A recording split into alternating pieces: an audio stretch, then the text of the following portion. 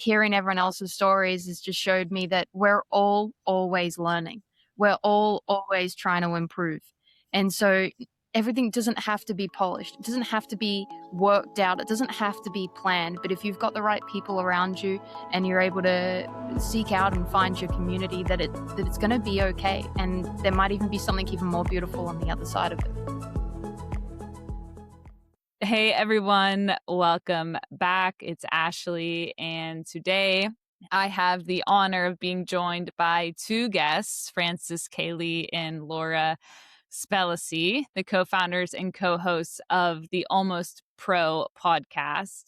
I've had the privilege of joining them on their channel, which sheds light on the emotional and personal challenges faced by athletes along their journeys. And for the times that I've been on the opposite side of the mic, I have to say that this is one of the most enjoyable conversations I've had in podcasting. These ladies are so thoughtful, intentional, and genuinely curious. And what they're building through authentic storytelling in sport is something that I'm very inspired by and truly grateful to be part of. And so they're generously returning the favor and joining me here on Endurance Diaries because, in the same way that they create spaces for stories to be shared and voices to be heard, they too have their own unique journeys and experiences that I'm hoping to uncover a bit today through this conversation. We will explore their backgrounds, the individual paths that have shaped who they are, and also how the two of them have met to collaborate and grow a community together. So, with that, Frances and Laura, welcome. Thank you so much for joining me. Thanks for Thank having you for us. It's having great to be us. here. So good. So I want to just jump right in. As you know, Endurance Diaries is about the personal journeys and overcoming challenges, moments that shape us. There's so many parallels, I think, between this channel and Almost Pro, although yours is way more organized and very structural. Endurance Diaries can go a little bit all over the place, as you know. But to me, that just is so much, I think, just part of life, right? Where we don't know what's going to happen, where it's going to go. And so part of me showing up in this space is really to kind of take that pressure off as well and allowing conversations to go where it goes. And I believe there's so much beauty in that. So you two both have very unique paths that have landed you in different places on the map around the world. Frances, you've played representative level football. You'll have to clarify that for us Americans over here. Also studied sport governance in Paris, spent 20 years in executive leadership, serving on numerous boards, committees. I know that there's a lot more to your resume, but really you've seen sport from every angle, and now mother of six, running your own consultancy. There's more in the works that is coming as well. And Laura, former collegiate tennis player, identified by past Wimbledon champions at just 12 years old, earning a full scholarship for training and player development. Your path took you from courts in Australia to college scholarship in the US, competing at such high levels in both countries. And from there, over 15 years of coaching, career in sport management, building different programs, breaking down barriers and open access for people to experience sport. And now I'm like talking so much. And just like Frances, I know there's so much more to your background, your work, your resume than I know. But more importantly, I think the biggest thing in all of this is that there's more to who you are. There's more to who we are and what it is that we can do. And the successes that we have are so much more than the sport. And that's something we really dug into in our conversation. So I want to turn this over because this is about the two of you. Totally different starting points. And now you've come together in this space to build something side by side. So we can start with you first, Laura. Take us behind the scenes a bit of your journey and the parts along the way, the pivotal, moments that kind of shaped you and your mindset, and why it's so important for you now to be part of the space that you're building alongside Frances. And then we'll turn it over to you, Frances, as well.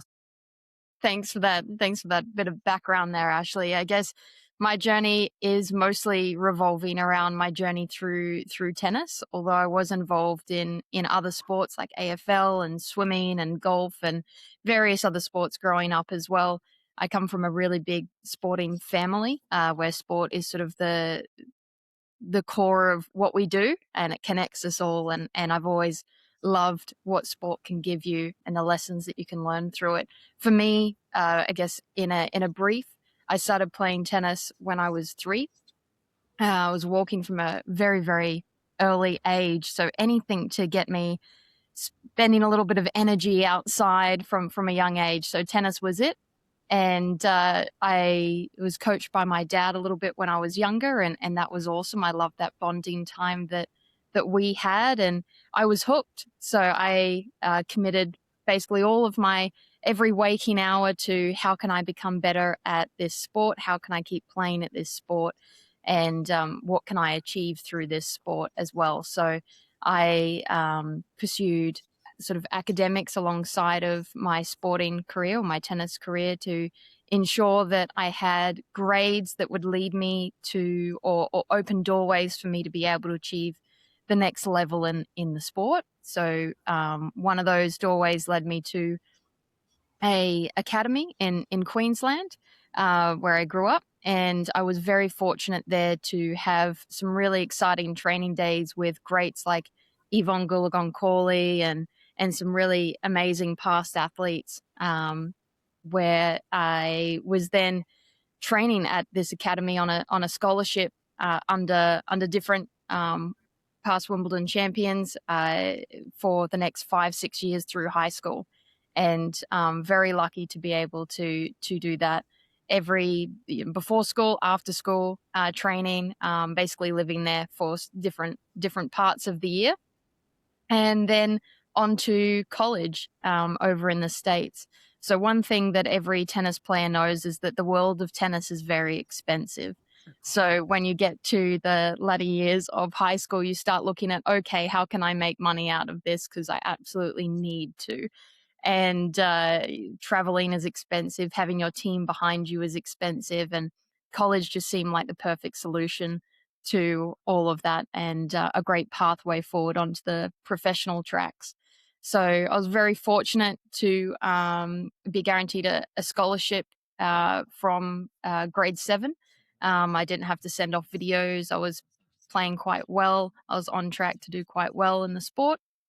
And yeah, and then when I came over to college, it wasn't what I was expecting. I ended up at a different college to what we had discussed prior to leaving Australia, and at the age of 18, it posed a lot of challenges and obstacles I'd need to sort of face and overcome, to really reflect on how am I going to get to that professional stage, or is that still what I want to do? And so I went through many years of, I guess, a lot of introspection and assessment of, okay, what do I want out of my future as a whole, not just from the sporting side. And I sustained some injuries along the way, went through several mental health battles along the way, and in the end, the most important thing to me was giving back to sport and ensuring that I was in a position where I could maybe create pathways for players that didn't exist for me, where they had a more well rounded understanding of how to achieve their goals, regardless of what level those goals were at. And to make a very long story short, that brought me into tennis coaching, which I absolutely loved. Met so many incredible people and developed so many incredible players along the way over well over 15 years of coaching, and also involved in running community sport programs, community sport organizations, and working alongside national governing bodies to deliver programs, create programs, and major events, and it just provided me with so much fulfillment and so much happiness and joy, and ultimately led me to where I am today in this beautiful space of almost pro with Francis. So I'm very, very grateful for my journey. I love it. Thanks so much, Laura, for sharing that. And there's so many follow-up questions to that. I think one thing that really stands out to me is how your journey didn't go as planned. And in that, still wanting to give back to the sport, because I think that when you have such, high ambitions and goals and that, and you are on this path and you dedicate so much time and sacrifice so much to be able to get there to that point, it's just quite admirable to still then, even though it didn't go as the way you thought that it would, to really be able to find so much, just like value and joy as well in the journey, to want to then give back to the sport in so many ways, and to see how your path then continued on in the journey, and what you're doing now. I think in creating also this space to give others, the opportunity to share their own stories, like myself, which I think connects us all the more too. It really bridges the gaps, and builds community in those ways, and I think just makes us stronger within sport. So thank you for sharing all of that, and really just bringing more context around to who you are. And yeah, there's so much to admire in that. So thank you. Thank you. Francis, I want to flip it over to you. Yeah. So I am in Australia. I'm in Queensland in Australia. Have I grew up on in a farming community in the far north of Queensland, and certainly not a big, sporting part of the world. Definitely, sport was the entertainment, so it was more of, a ball within a paddock somewhere if we were going to be doing that. But for the most part, we were just boisterous farm kids. Um, which I think is somewhat shaping for the way that life took me on adventures thereafter. My stepfather joined our family when I was quite young, and he had been an English footballer. For the US audience, that is the round ball, also known as soccer. And I find it very hard to say soccer, but I'm going to do my very best. So he, in fact, was a goalkeeper, and so it made for a whole lot of fun for me because he taught me how to kick a ball and at him, and he had the capacity to catch it and give it back to me. So it was kind of like having a built-in return ball, right? He could just give it on back. I grew to just really enjoy having a ball at my feet. I was able to play in a little local club that was nearby to us. It was still a journey to drive to, but not by a lot. And certainly not huge growth opportunities. It was also an era of, women playing soccer. I nearly said it again. Women playing soccer was just not a thing, right? So there weren't female leagues necessarily, especially where I was. We moved to a different part of Queensland, a little bit more developed, as I got into the early parts of my high school journey, and I very much loved having a ball at my feet. My sister will tell you the most irritating thing that happened to her every day was from the moment we walked in the door, I threw my bag, I grabbed my ball, and I would smash it against the side of our garage wall, and it would just go dum dum dum dum dum dum dum. And my whole family would be, I'm the youngest of four, the others would be inside trying to do homework with this just repetitive belting against the house. And the goal was not to hit the window, which I mean is a good goal to have. Don't smash the window, but also don't hit it, was how I would practice precision shooting. And I just genuinely enjoyed it. Back then, there wasn't any conversation about, a good player develops with 1,000 touches of the ball each day or anything. I just did it because I loved it. Um, I was fortunate that in the later years of my high school, the school that I happened to be at developed a soccer excellence program. And so I had opportunities to be involved in that. But it also meant that in the male side of the sport, we had a lot more talent coming to the school. So other people that I could play with and that would play at a level that felt competitive enough. It was the first time I got on a plane was to play representative football. So being away from family and kind of getting out of this whole farmland thinking.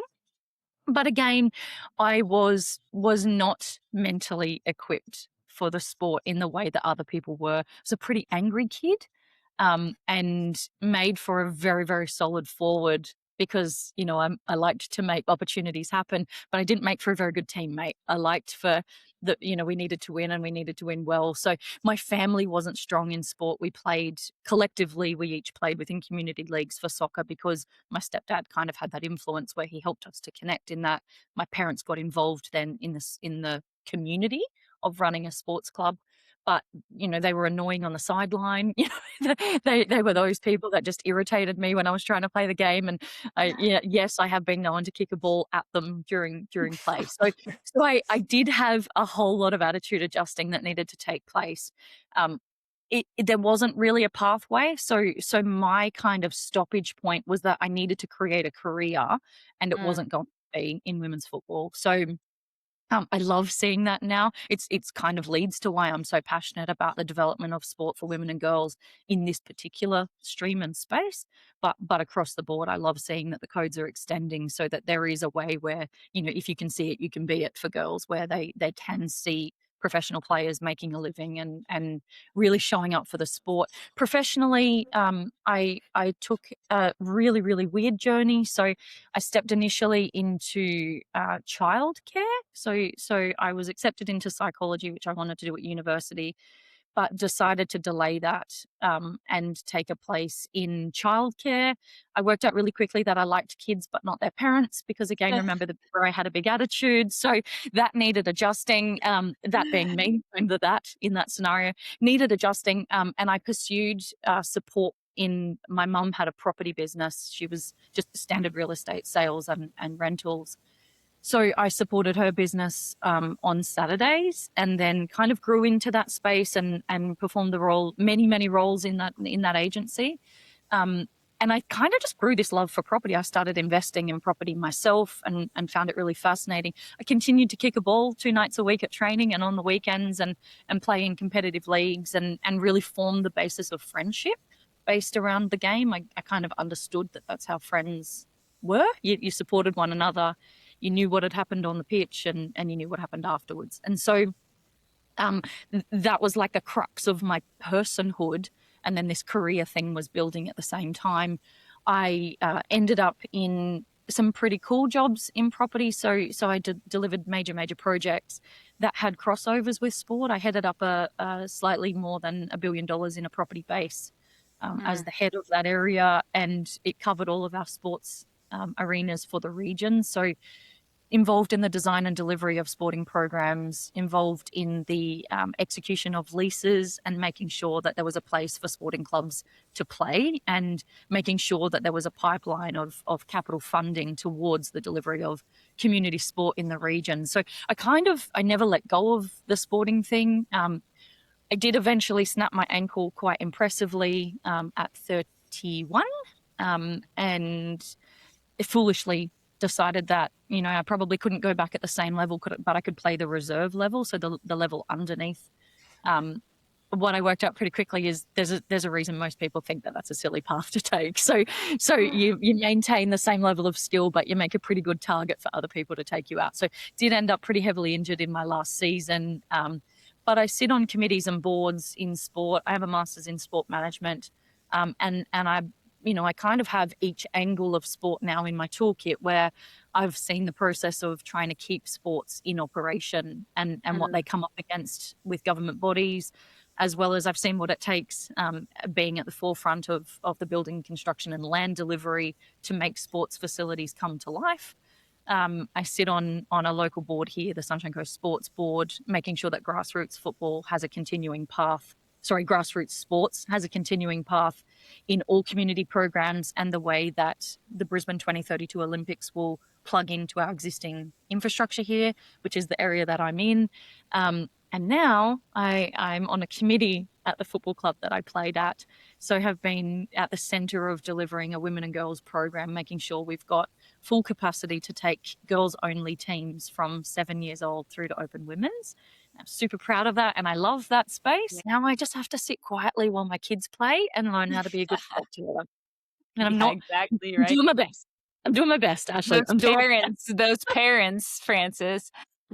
No, for sure. And thank you so much as well for sharing. I think, again, similar to Laura, and of course the paths are different, but I think what's so admirable as well with you is knowing that, okay, you are not going on and pursuing the sport in a way, beyond what you did with football and that, but to then become this advocate and be so committed to advancing sport as well, being part of these opportunities, and also doing that kind of work that people, and being in the rooms that people don't want to be in. boardrooms, commit, like those places, government, like all the kudos to show up in those rooms, in those spaces, you know. I had to lead a couple board meetings just within nonprofit space, and I'm just like, well, I'm so naive to think this is all about the mission, you know. There's no other other agendas here. What? So real, Ashley. So kudos to you, Frances, for doing that kind of work and being so committed, you know, to the growth in sport, because it is hard work and it takes somebody, I think, that truly has that kind of vision and is passionate about it, while life is happening in the background as well, and you know, showing up to your family and your kids and all of that too. So it's really admirable work. So again, thanks, you know, both of you for sharing and going into parts of your journey to kind of lead us to where you are now. Your relationship with each other, when did you meet? Did you know each other before coming into Almost Pro? How did this all come to life? From what I think I remember and know, there's quite a fun story to this. So would love to go there. And also too, I think, you know, just for those listening in as well, I think there's really something here. There's something to take away in this, you know, when you bring people together. I know I have a lot of conversations with people who are like, I want to like jump into this thing. I want to do this thing. And maybe there's somebody I could collaborate on it. Are they the right person to do this with? You know, is there trust there? How do you know if it makes sense? Is there a little bit of risk taking and kind of leap of faith in there too? So, so I want to go in all those directions. So I'll turn it back over and mute myself. Do you want me to tell the story, Laura? You tell it so much better than what I do. So the floor is yours. Do you know what, Ashley? It's fun for us if no one else, right? So Laura and I had the absolute pleasure of being postgraduate students at a wonderful university here in Australia called Deakin University. They run a very strong sport program and have some of the most phenomenal teaching staff there. So we were both very fortunate to be on a postgraduate program, which sent us then to the National Sport Forum held in Boston last year. And so 2025, we both arrived in Boston having never met each other. And what lay ahead for us was this competition it required us to be locked in a room together for the best part of 24 hours straight with two other people. None of us had ever connected. So 4 strangers in this really, really high intense competitive environment. We were brought together by one of the most amazing teaching staff, Scott Field at Deakin University. He brought us together not long before the competition was due to start and said, meet one another. You've all arrived now in Boston. And so we kind of all did this very awkward hello and sized each other up to see whether, you know, we were all actually going to be willing to throw this thing, everything we had. We were in a high pressure, seriously intense environment, very sleep deprived, very much reminded that, you know, we're the Australian arm of a very American cohort of students that were arriving. We were the only Australian, in fact, we were the only international representatives. And so anyway, we had a great time of that in stretching ourselves, but also there were moments of sheer joy amongst us. It was hard, unquestionably hard. And it then meant we could then go to the conference event. So go to the speakers throughout the National Sports Forum. What we connected on was actually we went to the conference bar and we got one of those absurd yard glasses of beer. Actually, I think both of us might have been drinking cider, but let's call it beer because it's more fun that way. So we had a yardie. Wait, did they say yardie there? Do you say did. yardie? I don't even remember what we were drinking, so go with yardie. Do you say yardie? A yardie? Do Americans say yardie, or do you just call it a yard glass because that's civilized? Yeah, I don't know what you're talking about, so maybe I don't drink that. No, I never heard yachty before. It's like a tower glass. Yeah, like a really long glass. Yeah, I know what it is, but I don't know that terminology. Okay, anyway, so yard glass. It's important for the story because we required every bit of the fluid in there to get through Laura and I connecting because we had so many words to share with one another. I also need a picture of this. I can insert it into the video. Yeah, there's got to be one. There's got to be somewhere. Well, we may or may not make some of them surface. There were some very funny videos that took place because we were definitely the Australians in amongst a crowd of Americans in the bar, but we'll leave that for another storytelling day. So Laura and I got chatting over multiple nights, but on the last night, second last night of conference, Laura and I were having this conversation about our own sporting experience, what leads us to be in this sort of postgraduate space that is sport specific, and how did we get here? And we were telling each other the tale of how our sporting journeys ended. Like, what was the end of the journey for you? And what became really apparent was neither of us actually chose it. That the journey for us ended in the can I chase sport because of things that were beyond our control in both instances, right?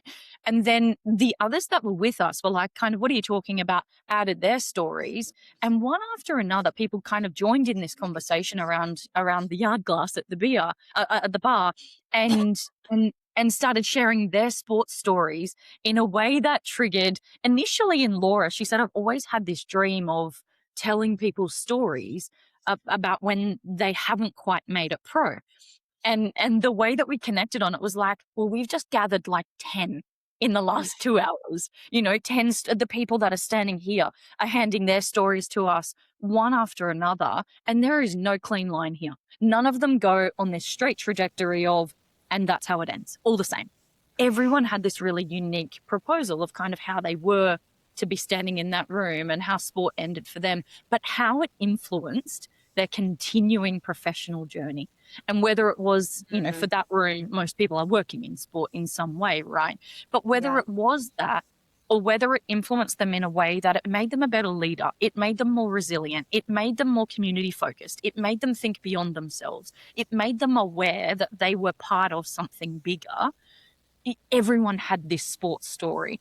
And so we kind of made this pledge that we would explore the concept of Almost Pro.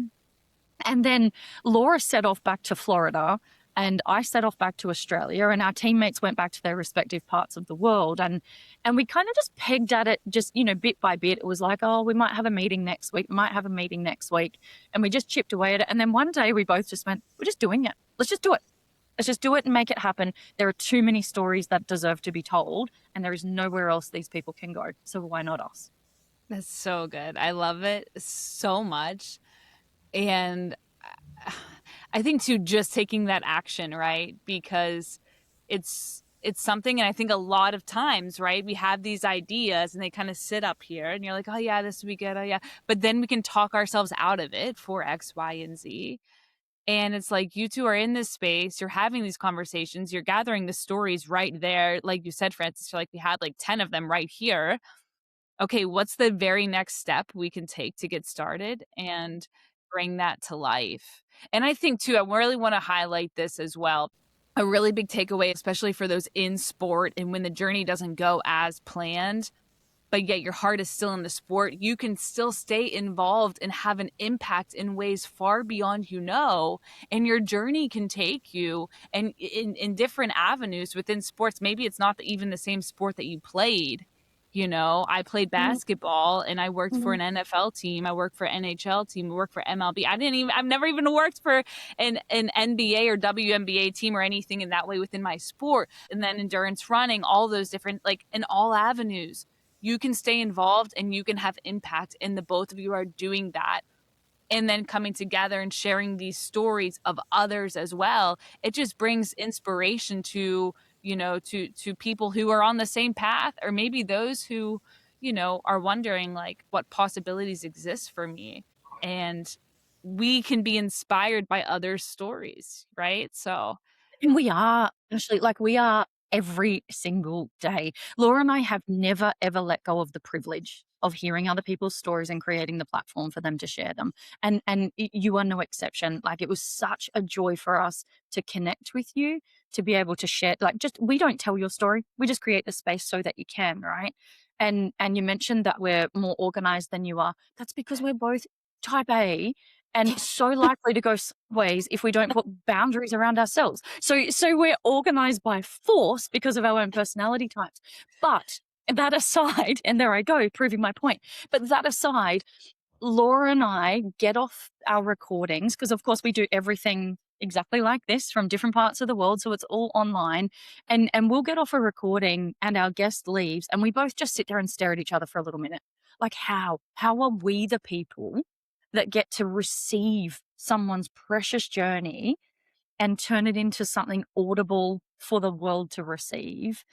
And then, like, how did these people cross our paths? And do they know now that we can never let them go? Like, that they live in us now and they're a part of our almost pro family. And we do not forget, like, you can ask Laura, she'll tell you the same. We just pause so frequently to say, how did we get this privilege?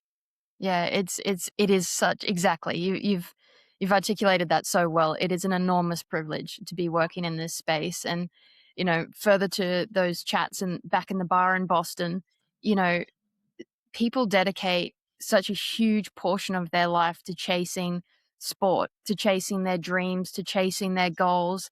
And it's not just sport, although we are working in that space. People dedicate huge portions of their lives to goals.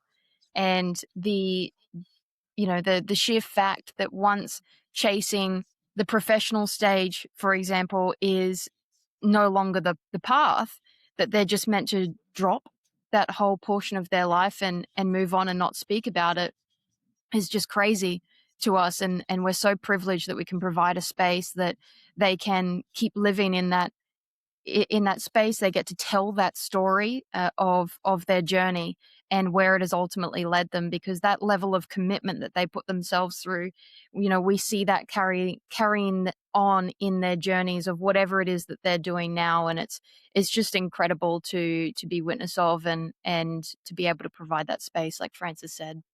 That's so good. And to stop everyone from thinking they're alone. Right. There are so many people sitting in a space right now around the globe going, I don't think I can keep going. I don't think I'll bounce back from this injury. I don't think I can afford financially to keep pursuing this at the expense of that. I can't live away from my family any longer. So this geographic layer is breaking my spirit.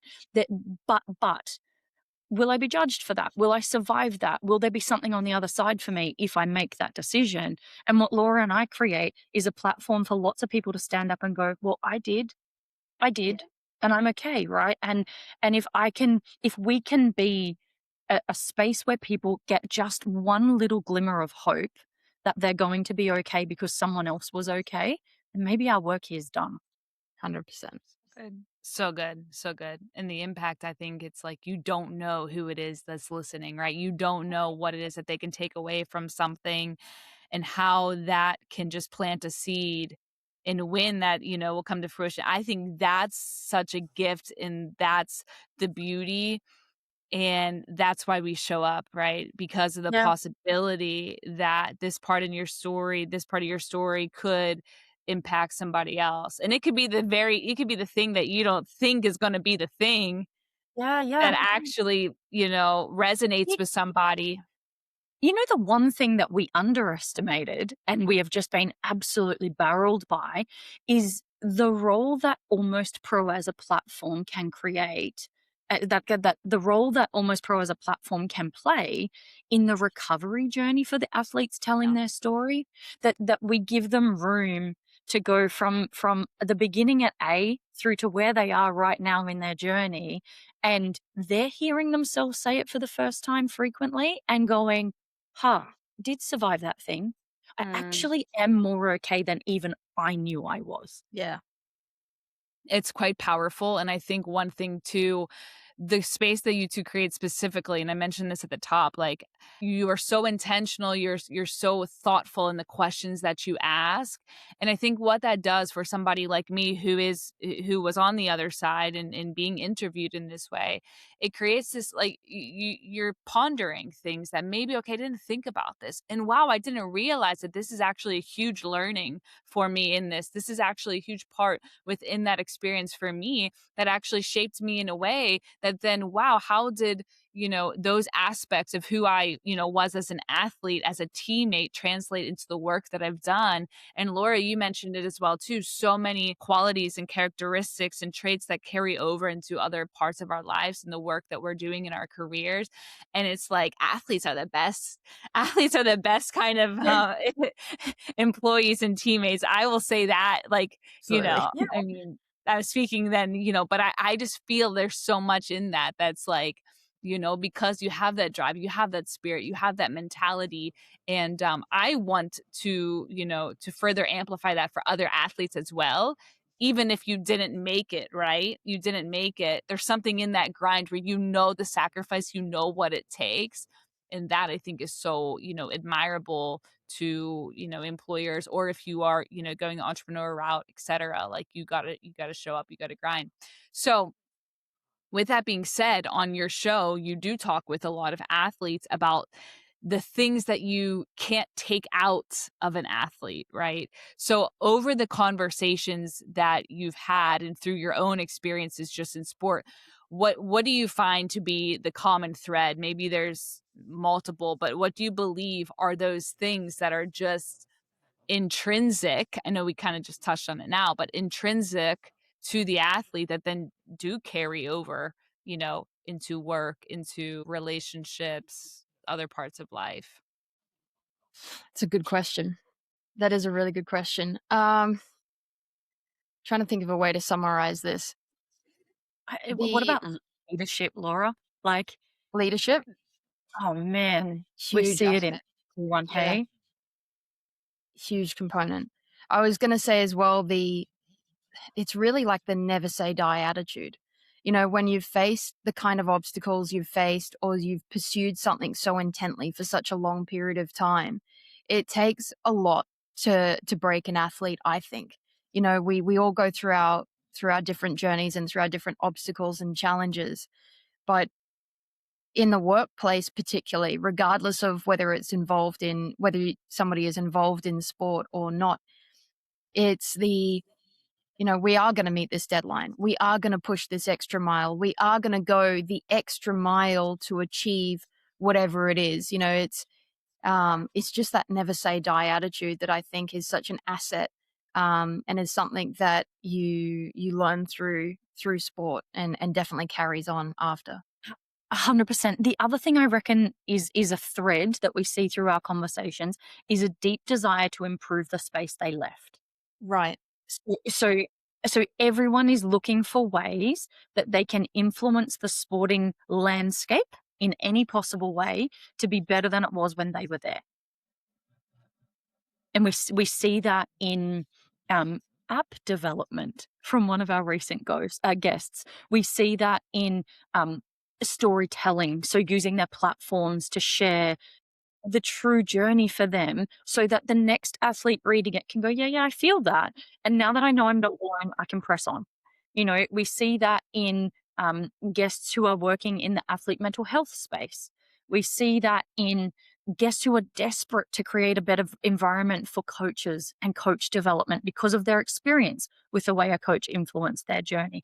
In the pursuit of academic development around sport, whether it's the neuro development, whether it's the physical development, whether it's the player attraction and retention. We see that in all of them all of the guests we have are going into their respective sporting spaces post being the athlete that they're doing now as a professional career. And they are finding ways to overcome whatever it was that hit them when they were there.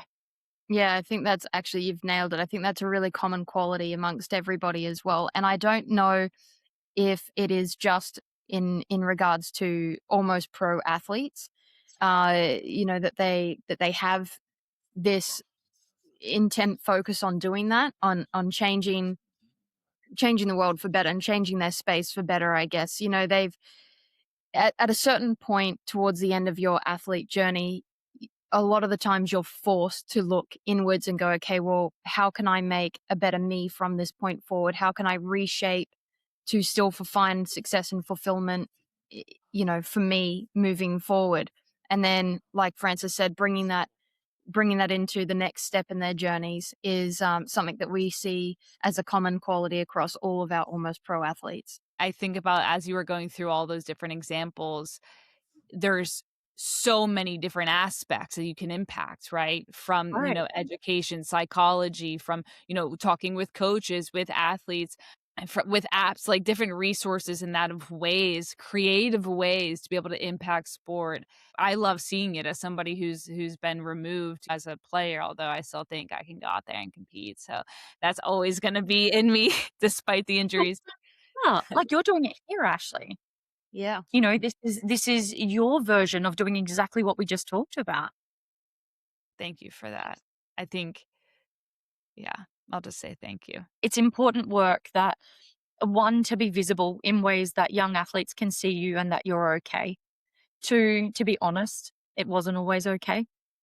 And three, to create the pathway that aligns with whatever the journey you need to be on is. You know, not because you're looking over the fence and someone else now is the coach. Oh, I better be a coach. No, not all good players. Not all players make good coaches, and the three of us know that really well. and and but, Yeah. but I think, you know, you're showing, as we are, that there are multiple avenues that an athlete can take at the end of their journey to still be influential in the space they loved so dearly, that shaped them, you know? So true. So, you've had a lot of these conversations, right? And you've interviewed a lot of athletes who share a lot of these different parallels that you both just spoke on and the common threads. What is it that you have learned about yourselves in the process of hosting these conversations? My first response is, I've learned that I cannot convert time zones, and I don't know why. It's true. and Mathlete, let's go. Oh my gosh. And as the one person who always is in Australia, like, I'm the one who does need to be able to convert time zones. Everyone else knows that they're with each other. So that's one. I don't know why there is an absolute mental block to that. The second is, I think the greatest skill that Laura and I can bring is to stay curious.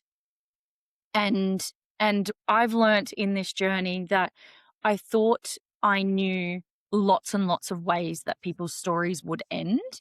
I also thought that there was kind of this term of motivation and determination that would overcome just about anything. And it's just not true. It's just not true. You cannot self-help your way out of so many situations that end an athlete's journey. You just can't. And I think what so many guests have proven to us is that that is the case. That didn't matter how determined they were. There were situations beyond their control that meant that their journey was coming to an end or it had ended. And maintaining curiosity in that has taught me more than anything else. Just to hear people's journeys and say, didn't even know that that was a way that you could go out.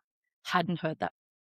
And I think the second part is that, you know, they live in you now. When you are so invested in someone else's story, I will lay down at night and I will go through the conversations we've had with someone that day and think, you know, I reckon they gave us 3% of what that whole thing felt like. And the other 97 must have been real heavy, must have hurt. And I admire that they stepped forward enough to just share the first 3. Yeah. How do you follow that, Ashley? Like, that's, I don't know. That's on you. I'm going back on mute over here. Hold on. I think the only thing that I want to add to that, because that was a perfect way to put it. I think the only thing that I would add to that is that, as someone who was a past athlete who went through so many challenges, stepping into this space and hearing everyone's story has shown me that there is a community out there, that there are people out there. Like, it is okay to fall, in a sense. It is okay to make mistakes. It is everything doesn't have to be perfect. And being a type A person who was an athlete, that was a big learning curve. And definitely hearing everyone else's stories has just showed me that we're all always learning. We're all always trying to improve. And so everything doesn't have to be polished. It doesn't have to be worked out. It doesn't have to be planned. But if you've got the right people around you and you're able to seek out and find your community, that it's going to be okay. And there might even be something even more beautiful on the other side of it. So real. So Just real. so good. How do I follow? I have nothing here now. I think really. the thing I would say, though, you touched on earlier about the self-limiting behaviors we use to have ideas that we never actually propagate, that we never turn into something else. Laura and I had an absolute opening to do exactly that. And the birth of Almost Pro was a real let's have a crack attitude. You know, it was a real let's have a crack. You know what we learnt really quickly? We didn't have the skills. We learned it really, really quickly that we didn't have the skills required. So we divvied up and we worked out, what are you good at and interested in? What am I good at and interested in? And do you know the second thing we did? We deeply trusted each other that we were going to do our bit. And that doesn't waver for me, and I hope for Laura to this day. I deeply trust that Laura knows I'm doing my bit, and I know she's doing her bit, and we're doing it on different parts of the 24-hour clock because we're living in different hemispheres, but we make it come together because we truly believe in the output. We truly believe that these stories are worth telling, and we have shirts to prove it.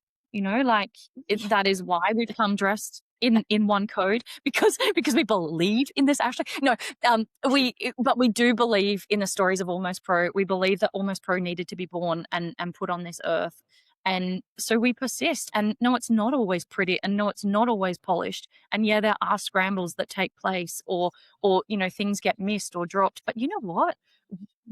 It's ours, right? We're the master of the destiny of what is Almost Pro. We're not answering to someone else. It's not a polished team sheet. I don't have a polished sport performance at the end of each week. Laura's not giving me a performance review on how I went at the end of that game, that Not episode, that whatever. I knew it's coming. It's coming. But we believe in each other, and we believe in our vision. And I think if you're contemplating the birth of something new that really matters to you because you think it will matter for others, I say do it. Yeah. And you never know where it's going to lead you. Look where we are now, you know, on the Endurance Diaries, speaking to you. What a huge privilege that we never would have imagined. So you never know where it's going to lead you. Thank you for that. Again, I'm inspired by what you're doing. I think the way that the two of you have come together as well. And Frances, the things that you said too, just about that, having that belief and that trust and knowing, especially working across time zones. I think not even time zones, hemispheres, right? It's not like here in LA. It's like it's tomorrow where you're at. What's today? It's Wednesday. It's Thursday morning for you. Exactly. I think there's so much power in that, right? And I think it's such an encouragement to so many people where it's like there is so many possibilities that exist. Are you willing to just take that step forward? And it requires courage. And I think that's important as well, to see yourselves in what it is that you're doing. And there's so much that can come. There is the endless possibilities. Like that's my whole thing with Endurance Diaries, is like there's endless possibilities in the process, right? And life doesn't go as planned. And that's how we build the endurance to keep going, keep showing up, and keep saying yes to opportunities, keep keeping a open mind, curiosity. And that's what you're doing, and leaning in with that, and you see what happens, right? So with that, oh my gosh, no, there's a segment we need to do. Okay, if you guys can hang with me for a little bit, we're going to have some fun to close this off, because otherwise that was just such mic drop from you both. But on your podcast, you end with the this or that segment. And I never really know how these episodes are going to end on Endurance Diaries, but I was like, wait a second. I thought it'd be fun to kind of flip the script and then ask you both some of these this or that questions and have some fun with it. So. Let's do it. All right. So you're not allowed to say both. I'm so excited, both for all the answers. So for the sake of organization, I will say, Frances, we'll start with you. You respond first, then Laura, you can follow after, and then we'll just move on to the next one. Okay, great. Okay. All right. So Vegemite or peanut butter? Vegemite. Laura, is it that? Are you thinking? Hang on, I missed it. There was lag. I got to. I was like, are you? Vegemite. I was said waiting, Vegemite. and then there was just lag. That's hilarious, because Frances was like real quick, like Vegemite, and then like, are you thinking about it? Okay, Vegemite. Wow. Okay. Thongs or flip flops? Thongs. Thongs. I'll have to put a little preface for that, because we call thongs. Thongs are a bit different in the U.S. than they are outside. All right, other ones. Coaching from the sidelines or being in the game? Being in the game. Being in the game. Netflix and chill or go to the cinema? Cinema. Netflix and chill. Beach day or hiking? Hiking. Beach day. Group chat or one-on-one text? One-on-one. Yeah, one-on-one. I love it. Yeah, don't put me in a group chat. I won't respond. Being known for what you do or who you are? Who I am. Who you are. Last one. Being interviewed or being the interviewer? Interviewer. Interviewer. Same. All right. Thanks for playing along. I'm a little my cheeks are a little red. I don't know why. That was fun. And yeah, thank you so much, both of you for being here and having this conversation. There's so much I think to take away, and I really just appreciate the space that you're creating, stories to be shared, and the impact goes far beyond any of us know. And I think, again, that's why we show up and that's why we do this. So thank you for all you're doing. Thank you for being here, being my guests, coordinating all the time zones and the scheduling and everything. It's really a privilege to have you both here. So thank you. Thanks so much. Thank you so much for Privilege. having us. Yeah, absolute privilege. Thanks, Ashley.